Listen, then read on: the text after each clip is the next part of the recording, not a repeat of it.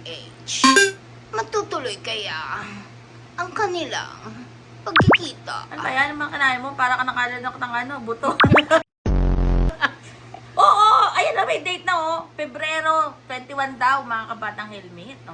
Talagang tuloy na pagbisita ni PBBM sa Naga.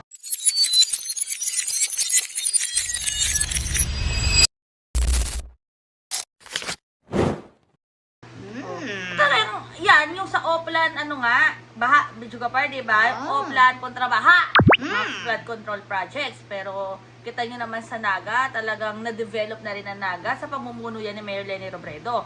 Pero, ayan nga, ang statement ni Mayor Leni hinggil naman sa pagbisita ni PBBM. So, ang saro tapong pigtok dong site, nabibisitahon mi sa Wednesday. Itong harani duman sa may Esplanade sa may Bicol River, na duman may babaan. So, inibagang likod ka, bako siya sa Esplanade proper, pero digdi siya sa may, itong likod ka mga warehouse.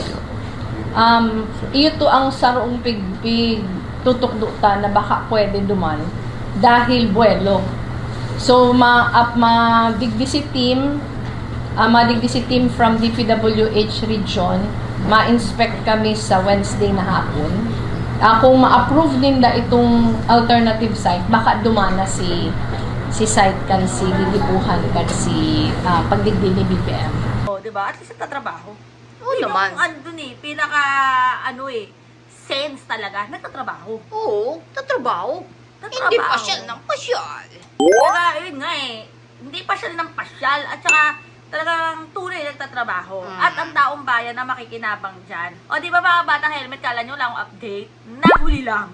Pero ayan nga, ang pasabog na update natin, na tuloy na nga ang pagpunta ni PBBM sa Naga. So, tingnan natin kung ano yung magiging ganap.